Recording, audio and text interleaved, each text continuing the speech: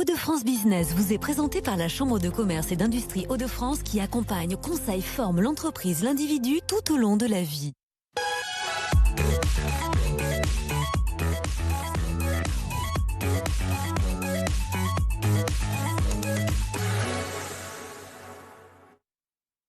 Bonsoir à tous et bienvenue dans votre magazine économique. Comme tous les mardis, on est ensemble. Et vous le savez, depuis le début de la crise sanitaire, c'est l'une des conséquences, elle est plutôt positive. Le besoin pour vous, consommateurs, de vous tourner vers les produits locaux, le régionaux, le fameux Made in France. Et certaines entreprises, elles, font le pari de la relocalisation. C'est le cas de Safilin qui s'apprête à réimplanter une usine chez nous. Safilin, c'est bien sûr l'entreprise de production de fils basée de lin. Basé à Sailly, sur la Lys. Alors pourquoi ce retour aux sources? On en parle avec Olivier Guillaume, président de Safilin. Bonsoir. Bonsoir. Merci beaucoup d'être avec nous en plateau. Et comme chaque semaine, bien sûr, Élodie Souris-Lavergne du Journal des Entreprises nous accompagne. Bonsoir Marie et bonsoir Olivier Guillaume. Bonsoir, merci de m'accueillir. Et on commence tout de suite avec quelques chiffres.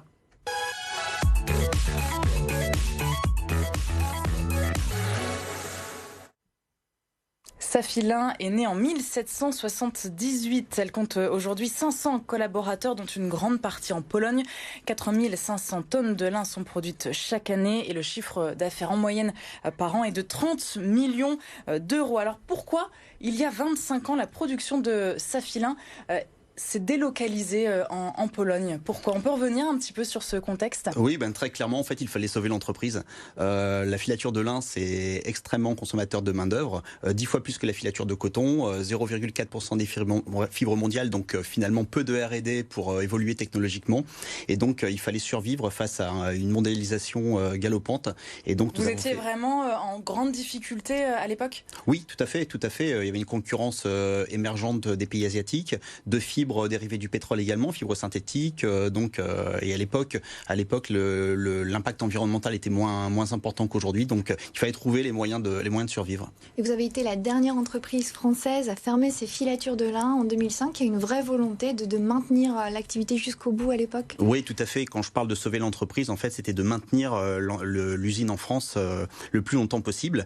La délocalisation qui a démarré en 95 a quand même permis de maintenir le site en France jusqu'en 2005. Mais pourquoi vous avez choisi la Pologne plutôt que l'Asie, par exemple? Alors, l'Asie, ça aurait pu être le choix le plus raisonnable, en tout cas économiquement le plus raisonnable à l'époque. Mais la crainte pour nous, c'était d'être noyé dans la masse et on voulait en rester très proche en fait des zones de production, puisque le lin pousse en France, en Belgique, aux Pays-Bas. Donc, on a fait ce choix stratégique et qui s'est avéré payant. Et quand la filature est partie en Pologne, quelle activité est restée en France, dans les Hauts-de-France? Alors, pendant les 10 premières années, nous avons maintenu une activité de production, tout en ayant à côté, bien sûr, les fonctions support commerciales essentiellement auprès des industriels transformateurs. Et la Pologne, c'est combien de salariés, combien d'usines aujourd'hui? Alors aujourd'hui, c'est 2 sites de production et 500 salariés. Et donc, vous revenez dans notre région avec une usine qui va voir le jour dans les prochains mois, prochaines semaines. Pourquoi ce retour aux sources, si on peut l'appeler ainsi? Très clairement, il y a quelques années, on commençait à émerger les premiers signaux faibles des consommateurs qui sont devenus de plus en plus exigeants, qui attendent des produits locaux, peu impactants sur l'environnement. Et les marques également qui sont en train de s'approprier aussi la RSE, qui sont en demeure d'y répondre. Donc ce projet a commencé à mûrir il y a quelques années. Et oui, vous aviez ça en tête depuis un petit moment déjà. Tout à fait. Et jusqu'à ce que les signaux faibles soient de moins en moins et jusqu'à ce qu'on passe le cap. Et alors vous allez implanter donc une filature dans la région de France de 6000 m². Elle va être située où? Alors elle va être située dans un rayon de 30 km autour de notre siège de Sailly-sur-la-Lys. Alors donc c'est à Armentières, Béthune, une grosse ville du voilà, vous n'êtes pas très loin. Par exemple, on aura la réponse bientôt? Dès jeudi, puisque nous signons jeudi, donc par superstition, je préfère ne pas le dire aujourd'hui. Qu'est-ce que ça représente comme investissement? C'est un investissement de 5 millions d'euros. Et vous avez bénéficié du plan de relance de l'État. C'est quelque chose qui a été un déclencheur dans ce projet? Alors ça n'a pas été un déclencheur, puisque je vous dis, ça s'inscrivait dans une vraie stratégie d'entreprise qui était là avant. Mais évidemment, le soutien de l'État n'est pas neutre en fait dans l'accompagnement dont nous avons bénéficié. Donc la crise sanitaire n'a pas du tout eu d'impact sur vos choix et ce retour chez nous? Elle n'a pas eu d'impact sur nos choix. Par contre, elle nous a confortés, puisque cette crise sanitaire a exacerbé en fait le besoin de sourcing de proximité, les consommateurs qui se sont réappropriés des produits locaux. Donc ça, si vous voulez, il y a un lien quand même. Il y a un lien quand même, mais ça n'a pas été le déclencheur de notre retour. La production dans les Hauts-de-France va démarrer quand et avec quelle capacité? Alors très concrètement, la capacité que nous allons installer va représenter 10% de la capacité actuellement installée en Pologne. Le démarrage de production va se faire début 2022. Notre ambition, c'est d'être prêt pour l'été 2022 afin d'assurer aux marques la possibilité de proposer à leurs consommateurs, à leurs clients, un produit 100% transformé en France de la plante au produit fini pour les collections 2023. Il va y avoir combien de métiers à tisser alors dans cette usine ? À filer. Alors, il va y avoir 14 métiers. Donc, 12 métiers pour la technologie dite au mouillé, qui est une technologie propre au lin, et 2 métiers au sec pour adresser également, en marge des marchés de la mode, les marchés d'ameublement également. Et c'est des métiers que vous achetez ? C'est des nouveaux métiers ou certains viennent de Pologne? Comment ça Alors c'est du matériel que nous avons à notre disposition, hein, puisque nous étions de toute façon dans une stratégie de croissance. Et puis donc nous avions collecté du matériel d'origine que nous étions en train de remettre parfaitement en état. Hein, c'est de l'horlogerie suisse.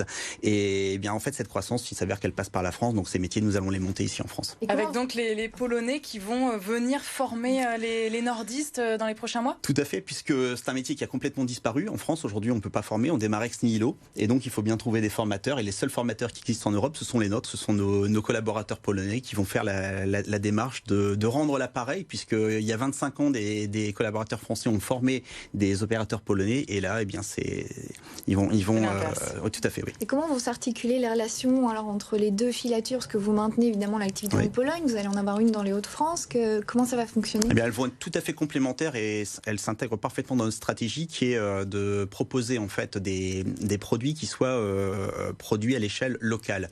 Alors local, la Pologne alimente les marchés 100% européens, 100% transformés en Europe, et la France vient rajouter cette couche pour alimenter la demande franco-française.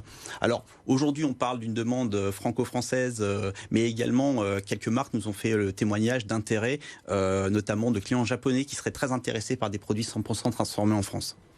Et alors, les Hauts-de-France, c'est aujourd'hui 40% de la production mondiale de lin. C'était vraiment indispensable. Vous parliez des clients intéressés, de voir revenir une filature dans les Hauts-de-France. Oui, tout à fait. Les Hauts-de-France, ça a du sens à plusieurs titres. D'une part, c'est nos racines, c'est la racine de l'entreprise, hein, depuis 1778, vous l'avez dit. D'autre part, c'est une forte zone de production de fibres de lin. Il s'y trouve la transformation, mais c'est également aussi tout un écosystème textile, puisqu'on va y retrouver des tisseurs, des tricoteurs, des transformateurs et également des distributeurs comme les marques. Vous allez créer combien d'emplois alors chez nous et dans cette ville encore mystère?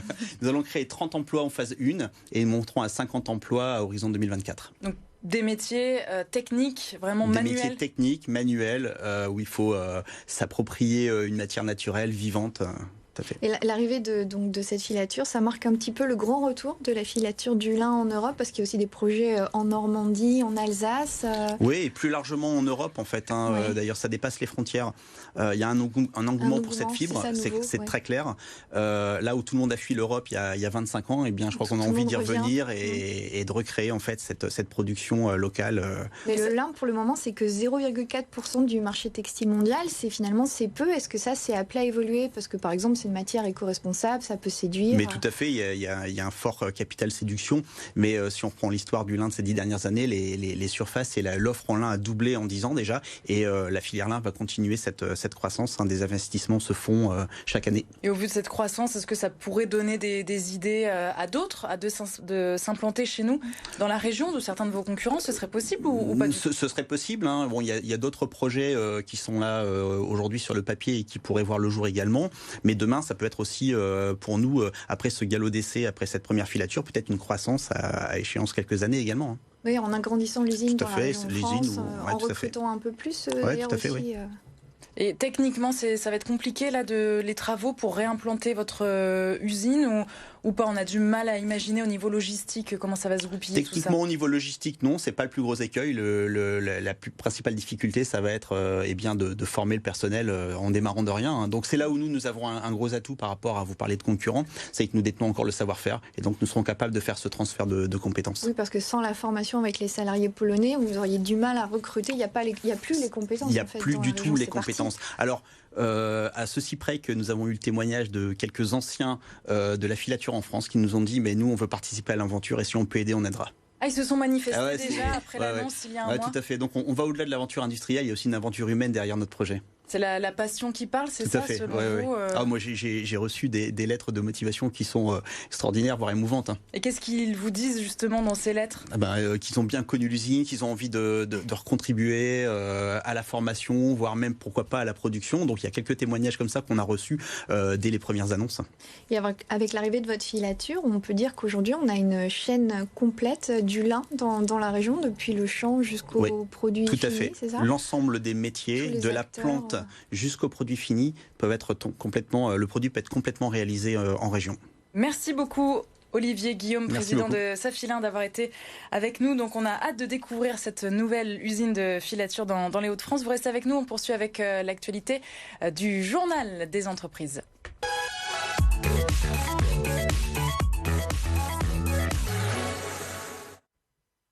Et cette semaine, Elodie, justement, on parle d'une vague de réindustrialisation dans notre région. C'est ça, on va rester sur la thématique de la réindustrialisation dans les Hauts-de-France. Le phénomène n'est pas nouveau, mais il accélère depuis cette crise sanitaire. Malgré un climat économique qui reste lourd d'incertitudes, les industriels jouent la carte de la relocalisation, que ce soit dans le textile, l'automobile, l'agroalimentaire ou la santé. La crise a créé des conditions favorables entre le plan de relance de l'État, le regain d'intérêt, on en a parlé pour le Made in France, et un changement de regard sur l'industrie qui est lié à une prise de conscience assez brutale de notre dépendance aux importations. Merci beaucoup Elodie, à la semaine prochaine pour un nouveau numéro donc de votre magazine économique. Et demain, on se retrouve bien sûr pour votre magazine, c'est votre emploi. Cette fois, la crise sanitaire a touché les jeunes, vous le savez, dans leur entrée sur le marché de l'emploi, mais aussi les seniors. Nous allons donc parler de l'emploi des seniors avec Olivier Condelier, président de Compétences et Emploi, association mobilisée en faveur de l'action locale pour l'emploi.